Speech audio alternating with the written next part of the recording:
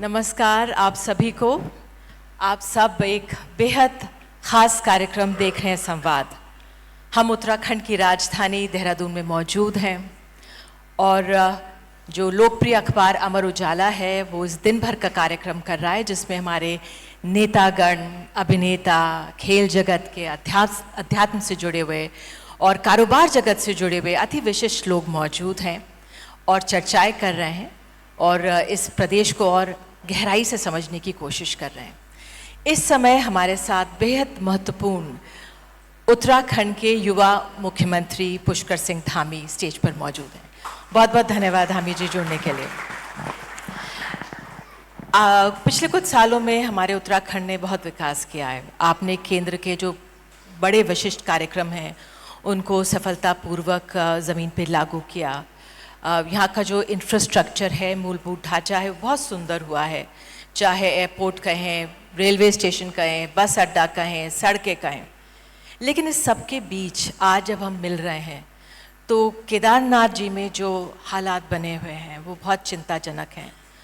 आज ही मैं अमर उजाला का सबसे फ्रंट पेज पढ़ रही थी, उसमें तस्वीरें छपी थीं, उसमें बताया गया किस तरह से 3 दिन में 9,000 यात्रियों को सुरक्षित लाया गया।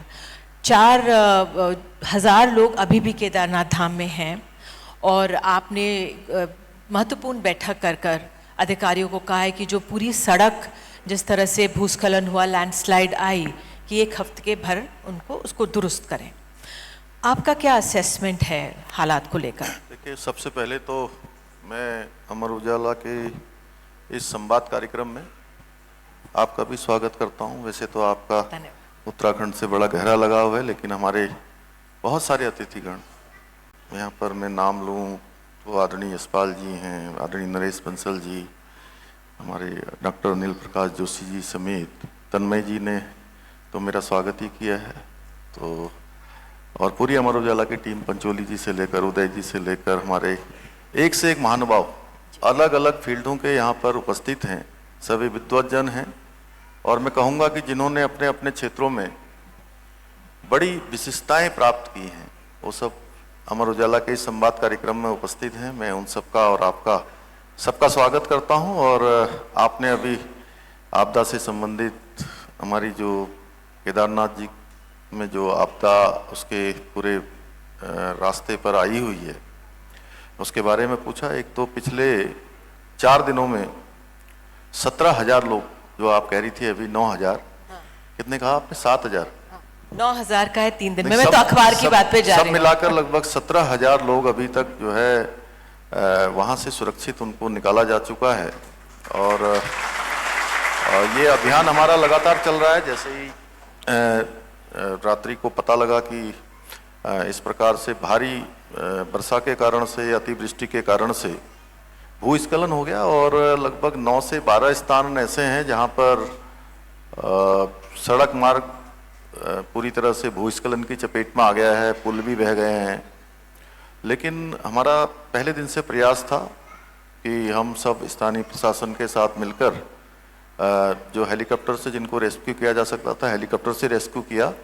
और मैं भी स्वयं वहाँ पर गया।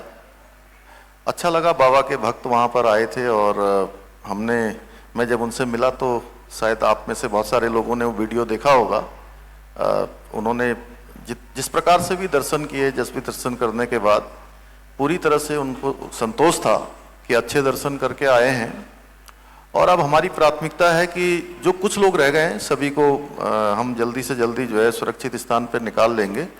और वहाँ का जो मार्ग है, जो भूस्खलन की चपेट में आया है, आपदा की चपेट में आया है, उसको फिर से हम दुरुस्त करें, फिर से पहला जैसा बनाएं। उसके लिए हमने सभी जो विभागों के हमारे अधिकारीगण, सचिव लोग, और उनको वहीं पर कैंप करने के लिए कहा है। और मैं स्वयं 24 घंटे में से 5-7 घंटे छोड़ दिया जाए तो लगातार उसका मैं अपडेट ले रहा हूँ। वहाँ हमारे कमिश्नर वहाँ पर नोडल अधिकारी के रूप में काम कर रहे हैं। और आपदा का जहाँ तक प्रश्न है, अभी आपने शुरुआत में प्रश्न किया, ये आपदाएँ आज केवल उत्तराखंड में नहीं बल्कि पूरे देश में आ रही हैं हर प्रकार से। हाँ, ये जरूर है कि हमारे जैसे जो हिमालय के राज्य हैं उनके लिए हर वर्ष ये मानसून का जो समय होता है, ये हर वर्ष एक बड़ी चुनौती होती है।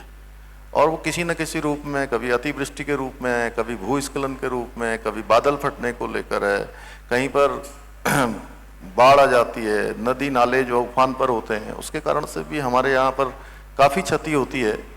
इसीलिए हम विकास का एक मॉडल सोचकर, और अभी हमने जल्दी ही इस पर काम भी किया है। मैं अभी आगे के सत्र में आपसे चर्चा करूंगा जी जी जी।